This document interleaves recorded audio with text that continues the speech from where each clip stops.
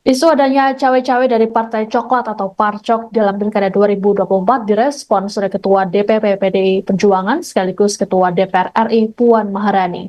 Puan pun meminta siapapun termasuk kadernya untuk melapor jika memiliki bukti mengenai keterlibatan Parcok. Ditemui di Kompleks Parlemen Jakarta Selasa 3 Desember, Puan menuturkan Parcok yang dianggap terlibat dalam pilkada merupakan masalah nasional, bukan hanya PDIP saja. Puan juga mengajak masyarakat untuk mengawasi dan tak ragu melaporkan jika memang menemukan keterlibatan aparat kepolisian dalam kontestasi demokrasi. Adapun tudingan adanya keterlibatan aparat kepolisian dalam gelaran Pilkada serentak 2024 pertama kali dihembuskan oleh PDIP. Hal ini buntut kekalahan sejumlah calon kepala daerah yang diusung oleh Partai Banteng itu. Terkait dengan isu Parcok, Mahkamah Kehormatan Dewan atau MKD DPR RI menjatuhkan sanksi teguran tertulis kepada anggota fraksi PDIP Julius Setiarto. Sanksi ini dijatuhkan selesai MKD menggelar sidang terhadap Julius di Kompleks Parlemen Jakarta pada Selasa 3 Desember. Ketua MKD DPR Nazarudin Degam menyatakan Julius terbukti melanggar kode etik. Sebagai informasi, Julius dilaporkan ke MKD soal unggahannya di media sosial yang menyebut ada pengerahan Parcok pada Pilkada 2024. Laporan ini dibuat oleh seseorang bernama Ali Hakim Lubis yang merupakan anggota DPRD dari fraksi Partai Gerindra.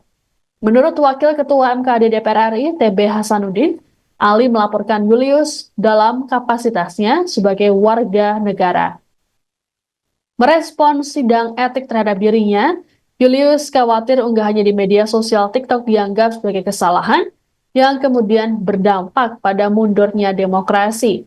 Julius mengatakan tujuannya mengunggah konten video di media sosial untuk meminta klarifikasi terkait kebenaran dari pihak terkait.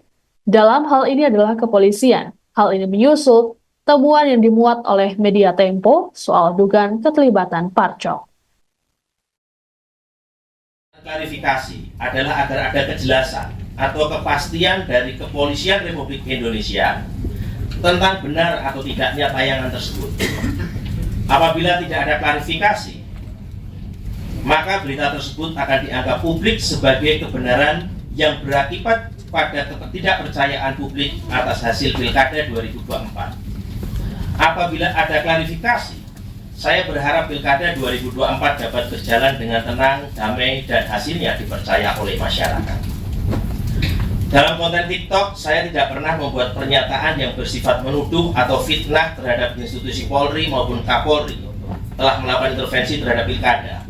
Yang saya sampaikan adalah intisari dari tayangan bocor halus Tempo 9 November 2024. Lalu, pada bagian akhir, saya mengajukan kepada Kapolri untuk memberikan klarifikasi terhadap karya jurnalisme investigatif kantor berita Tempo tersebut di atas. Ini terlihat jelas apabila kita bandingkan tayangan bocor halus Tempo 9 November 2024 dan konten TikTok saya.